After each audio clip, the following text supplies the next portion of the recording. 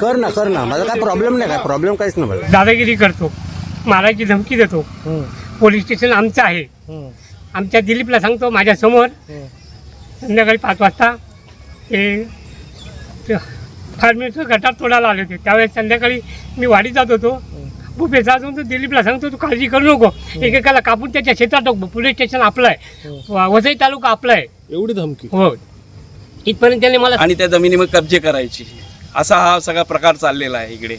आणि या पश्चिम पट्ट्यामध्ये सगळं जमिनीला भाव वाढल्यामुळे हे गावगुंड तयार झालेले आहे. ही चांडा चौकडी याच्यात कमिशन म्हणजे ब्लॅकरचा पैसा सगळा गुंतवलेला आहे सगळा. प्लस मुख्यमंत्री देवाभावना आहे की अशा गावगुंडांना तुम्ही सहकार्य करू नका, आम्हाला शेतकऱ्यांना न्याय द्या, ना तर आमच्या शेतकऱ्याची पुढची परिस्थिती बिकट आहे.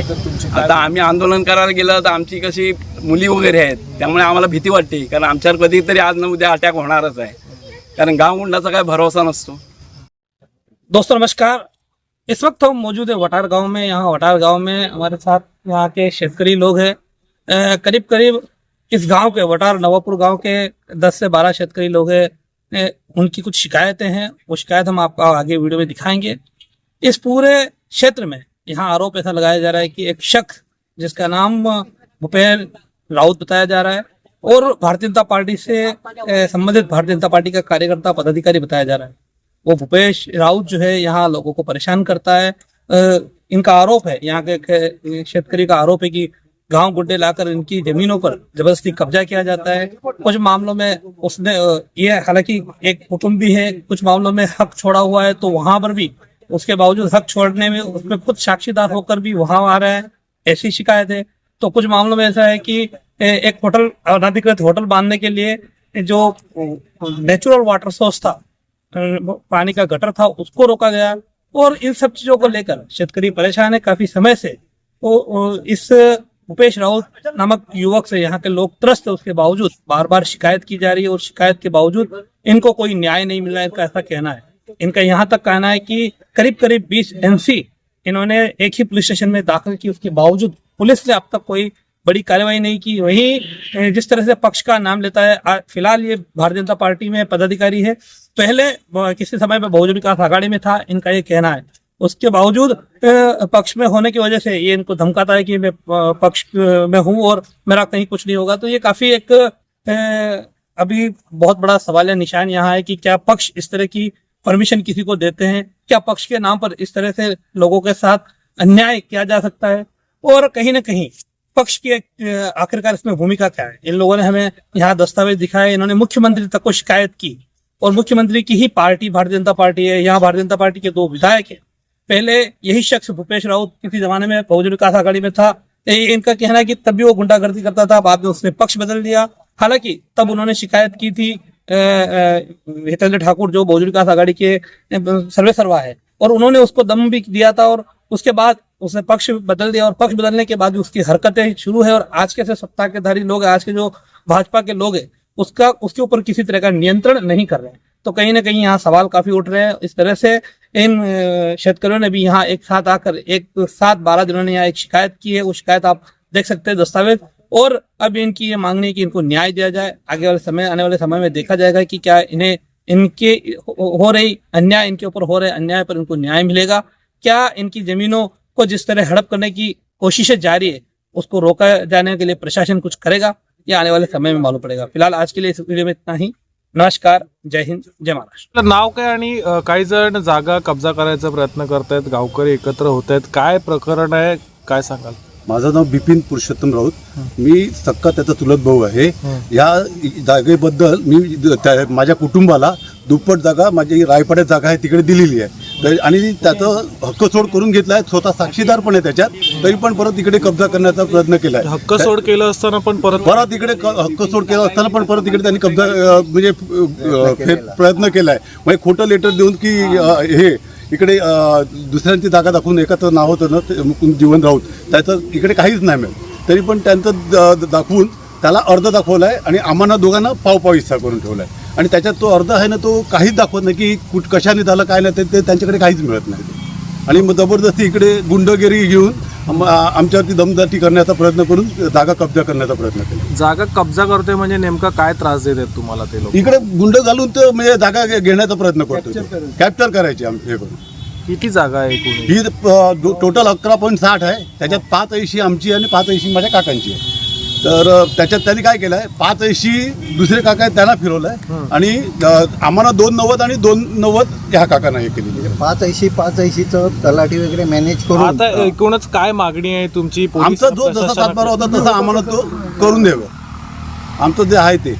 कारण हा सगळा घोटाळा त्याच्या आणि हा एका लेटरमुळे त्याच्या घोटाळा सगळा हा केलेला आहे त्याने. भाजपचा वापर केला जातोय का या कसं आहे सर्वात? माहितीये का, पोलीस स्टेशनला त्यांना एकटीच बोला. येते ना. जो म्हणजे मी भाजपचा आहे, माझं कोण वाकडं करू शकत नाही असं तो आम्हाला हे करतो. याच्यात पोलीस तक्रार वगैरे केली आहे का? पोलीस तक्रार केलेली आहे सर्व. टोटल सगळ्या शेतकऱ्यांच्या हो. 21 तक्रारी आहे. तसंच म्हणजे दुसऱ्या जागेत पण त्यांनी तसाच केला. आमच्या चौघाची खरेदी खत करून घेतलेली. तर 4 नंबर काकाची जागा त्यांच्या ताब्यात आहे, मोठ्या काका आणि आमची ही पण त्या भूपेश राऊतच्या त्याच्या ताब्यात आहे. ती आईस फॅक्टरी आहे त्याच्यावर ट्रान्सफॉर्मर बसवण्यात आला होता, ती वेगळे केलाय काय ते, तो काय प्रकार आहे? नाही, तो त्यांचं ते कसं आहे, त्यांची ती मालकीची जागा होती, हा. ती त्यांच्या मालकीची जागा होती. तर त्यांचं ते ट्रान्सफॉर्मर होता, ते कोणतरी आणून सगळं काढून टाकून दिलं आणि ती सगळं त्यांच्या मालकीची जागा आहे ती ट्रान्सफॉर्मर. असं सांगण्यात आलेलं आहे की त्यांनी अजूनही इलिगल बांधकाम केलेलं आहे, अनधिकृत बांधकाम. तो पण खऱ्या परिस्थिती आहे का? आणि तो काय करतो, भाऊ आणि बहिणीमध्ये भांडण करतो आणि जागा स्वस्त्यात घेऊन जास्त वेळाने विकायला तयार हे करतो. भाव भांडणामध्ये हे करतो तो, भांडण करून जागा घेतो. किती जागा असे कब्जा केल्या बऱ्याच ठिकाणी त्यांचं सगळं. आमच्या कुटुंबातली एक जागा आईस फॅक्टरीच्या मागच्या साईडला होती. हा. ती सुद्धा त्यांना सुद्धा माहिती आहे, आमच्या कुटुंबाकडे ती होती आणि ह्या लोक म्हणजे भूपेश आणि त्यांच्या कुटुंबांनी ती जागा कॅप्चर केलेली आहे आमची. 8 गुंठे 302 सर्वे नंबर. त्या आपली मागणी काय आहे? मागणी आमचं जे आहे ते आमचं पण न्याय आमचं मिळाला आम्हाला पाहिजे. व्यवस्थित न्याय झालेला आहे. मिळावा. तो आम्हाला आमचा जो न्याय आमचा सर्व मिळावा. घोटाळा करून ठेवलाय तो व्यवस्थित करावा. आज सगळे शेतकरी त्याच्यामुळे त्रस्त. आज माझे वडील पण त्याच्यामुळे लवकर गेले की वडील आयुष्यभर इकडे खपले, आयुष्यभर त्यांनी इकडे मेहनत केली आणि त्यांनी हा नंतर मग घोटाळा केला आणि मग वडिलांना टेन्शन येऊन वडील लवकर गेले. माझे याच्यामध्ये महसूल डिपार्टमेंटच्या पण काय भ्रष्टाचार आहेत का? त्यांनी तो सगळे सगळं त्याच्याचमुळे तर ही सगळे परिस्थिती मॅनेज झालेले सगळं मॅनेज करून करतोय तो. माझं नाव जयवंत तात्या नाईक. काय त्रास दिला जातोय या भूमाफियांकडून आणि काय सांगा? आमची शेती खाली जाते, दादागिरी करतो, मारायची धमकी देतो. पोलीस स्टेशन आमचं आहे. आमच्या दिलीपला सांगतो माझ्यासमोर संध्याकाळी 5 वाजता ते फार्मेचं गटार तोडायला आले होते. त्यावेळेस संध्याकाळी मी वाडीत जात होतो. भूपेशा असून तो दिलीपला सांगतो तू काळजी करू नको, एकेकाला कापून त्याच्या शेतात टाक, पोलीस स्टेशन आपलं आहे, वसई तालुका आपला आहे. एवढी धमकी? हो, इथपर्यंत त्यांनी मला सांगितलेलं आहे. एवढी आणि नंतर त्यांनी 20/12/20ला 19 तारखेला मी हॉस्पिटलला होतो. त्याच्या दुसऱ्या दिवशी 20/12/20ला यांनी माझ्या शेतात भरणी चालू केली. आम्ही हॉस्पिटलला घरी आलो, आमची सुनबाई डिलिव्हरी झाली होती. त्यावेळेस आम्ही घरी आलो आणि शेतावर गेलो तर हे दादागिरी ह्यांनी माणसं आणून ठेवली होती. काय त्याचं नाव रे, राकेश तुमरे, माझ्याकडे आहे ते पोलीस त्याच्यात दिलेलं आहे. ते माणसाने त्यांनी 15 पोरं, 7-8 पोरं आणि 5-6 बालीस पोऱ्या आणल्या होत्या. मी JCPला झोपलो, मला बहुत दादागिरी केली. काय त्याला साध्य काय करायचं एवढं, म्हणजे एवढ्या त्याला प्रमाणात? जमिनी खायच्या आहेत फुकट सगळ्यांच्या. आता त्यांनी जमीन घेतली आमच्या चुलत बहिणीच्या आतमध्ये, तो दाखवतोय माझी आणि दादागिरी करून घेतोय. त्याने आमच्या दिली तू काळजी करू नको, ही जागा मी घेतोच कशी बी करून. किती शेतकऱ्यांच्या जमिनी अशा अशा त्यांनी भरपूर लोकांचे घेतलेत कमी भावामध्ये. दादागिरी लोकांच्या बहिणीला उठवायचं आणि जागा घ्यायच्या. म्हणजे बहिणीत भांडणं लावून द्यायचं? हो, बहिणीच्या. माझ्या पुतणीला पण त्यांनी सांगितलं होतं. पुतणी सांगतो तू तुझ्या हिशोब घे आणि तू बाजूला हो, दादाचं काय होईल ते कोर्टात करू दे बोलतो त्याला.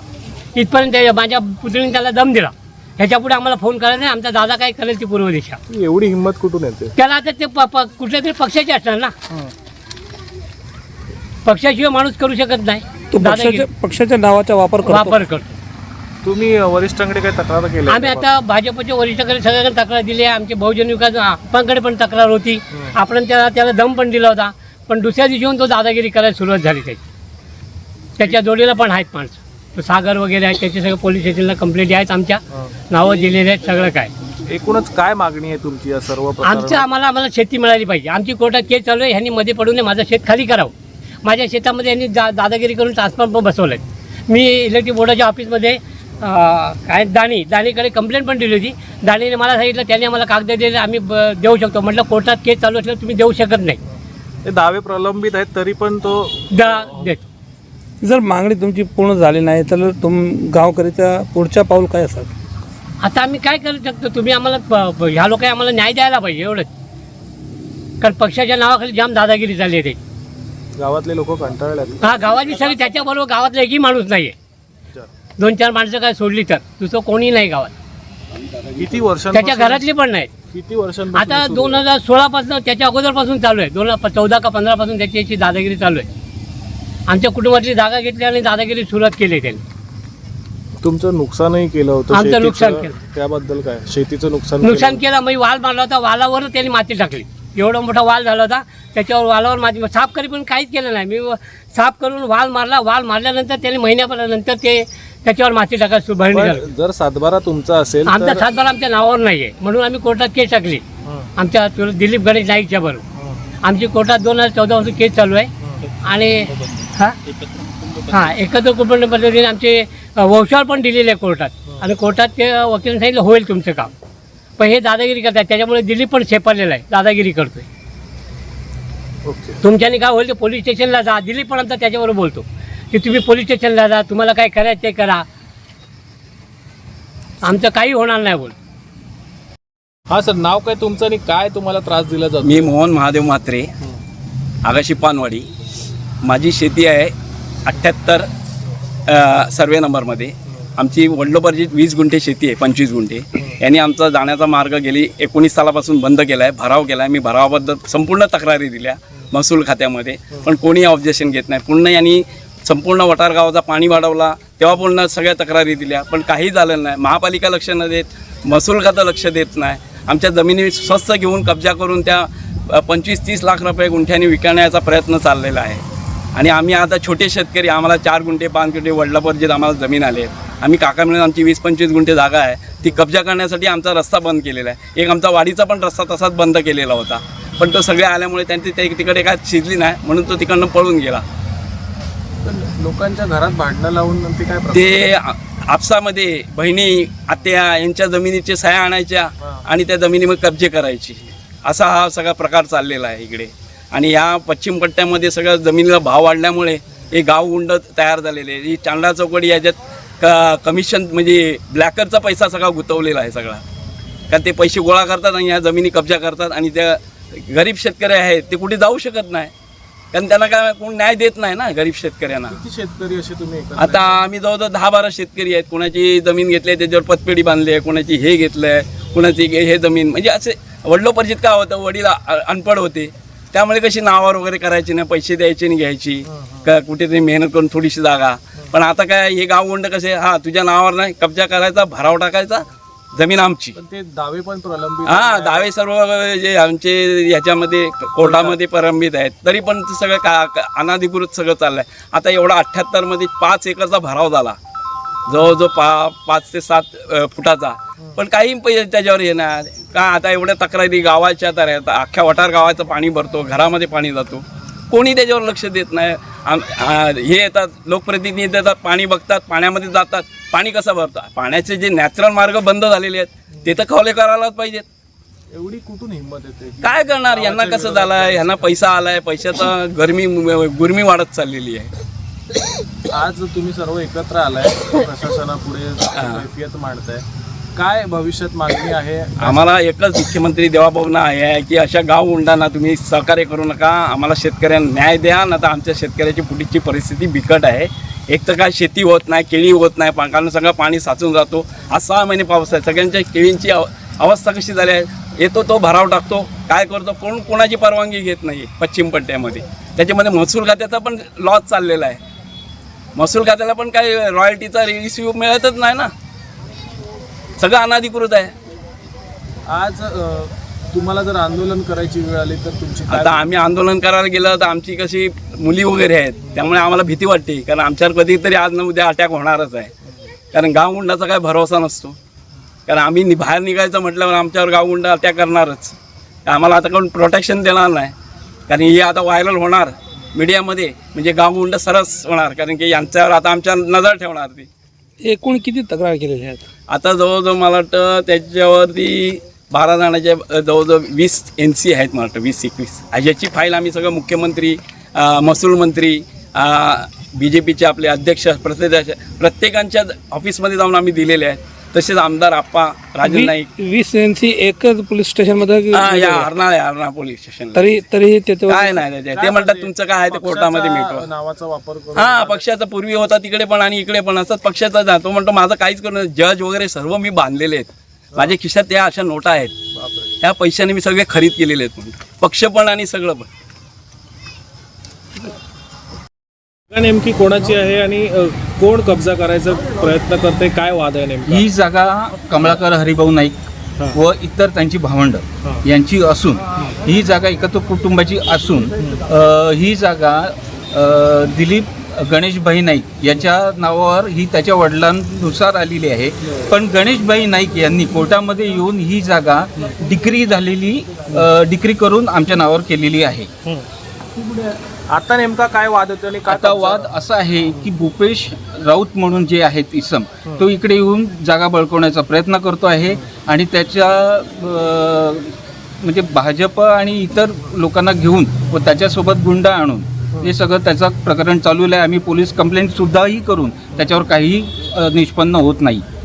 काय नेमकं इथे केलेलं त्याने गावगुंड आणून काय ही भिंत तोडली आमच्या, त्याच्यानंतर इकडनं बरेच काही सामान नेलं, असं बरंच काही झालेलं आहे. तुमच्या पोझिशन कधीपासून आहेत? आमचं पोझिशन गेली 50 वर्षाच्या पुढून आहे. आता नेमकी काय मागणी आहे आणि न्यायालयात काय स्थिती आहे? न्यायालयामध्ये आमच्या बाजूनी पहिला निर्णय आमच्या बाजूनी लागलेला आहे. आता दुसरा जो दावा आहे तो प्रलंबित आहे, पण त्याचा तहसीलदारांनी आमच्या बाजूनी दिलेला आहे की 847 स्क्वेअर फीट वगळून म्हणजे राईस मिलची खालची जागा वगळून असं संपूर्ण क्लिअर कट दिलेलं आहे. तरी पण तो इकडे येऊन त्रास देतो. याबाबत तुम्ही काय कुठे तक्रार केली आहे? याबाबत आम्ही पोलीस स्टेशनला कंप्लेंट केलेली आहे. याबाबत आम्ही भाजपाचे जे वरिष्ठ अधिकारी आहेत त्यांच्याकडे सुद्धा पाठवलेलं आहे.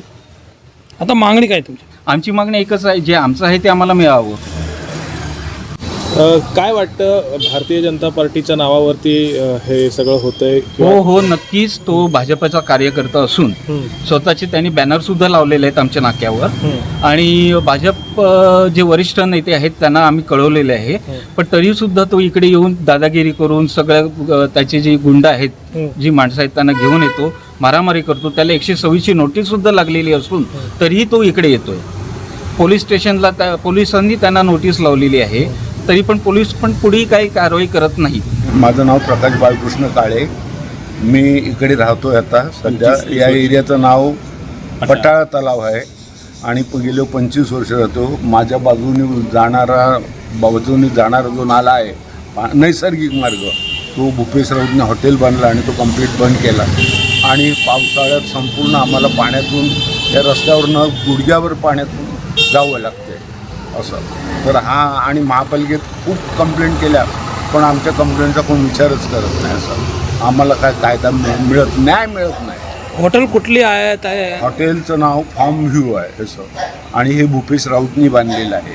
याच्या संदर्भात आपण महानगरपालिकामध्ये काही हे केलेलं, तक्रार केलेली? खूप तक्रारी केल्या, खूप मला वाटतं 10 अर्ज तर मी दिलेले आहेत 3-4 वर्षामध्ये. कुठल्या जनप्रतिनिधीला आपण पत्रव्यवहार केलेत का? हो, आता आम्ही सगळे आमदार, दोन्ही आमदार, मुख्यमंत्री यांना सगळं दिलं. जिल्हा अध्यक्षाला दिले, तालुका पुढे केलं आम्ही भेटला सगळे यानं केलं. तिकडून काय रिस्पॉन्स भेटला ते आपल्याला? म्हणाले की आम्ही बघू काय ते होते ते असं. पण माझ्या अर्जाला काही दादच दिली नाही. तेव्हा तो बहुजन विकास आघाडीचा कार्यकर्ता होता हा भूपेश राऊत आणि त्याच्यामुळे आम्हाला काही न्यायच मिळाला नाही असं. आता तुमची मागणी काय आहे? आम्हाला नाला न्याय मिळाला पाहिजे ना. पूर्ववत करून आणि मिळालं संपूर्ण पाहिजे गावकऱ्यांचं असं. पाणी सगळं तुमच्या घरामध्ये पाणी शिरतोय त्याचं काय? पूर्ववत करून मिळालं पाहिजे त्याच्यावरच आमची मागणी आहे. समजा तुमची मागणी पूर्ण होत नाही तर पुढे काय पाऊल उचलणार? काय करणार? काय आम्हाला कोण न्याय देत नाही, कोण वालीच राहिलं नाही आमचं, शेवटी तर मग काय कसं आहे? करणार सरकार काहीतरी देईल ना. हमारे चैनल सैफ न्यूज़ लाइव पर अपने व्यापार और सेवा से संबंधित विज्ञापन प्रसारण हेतु दिए गए मोबाइल नंबर पर संपर्क करें।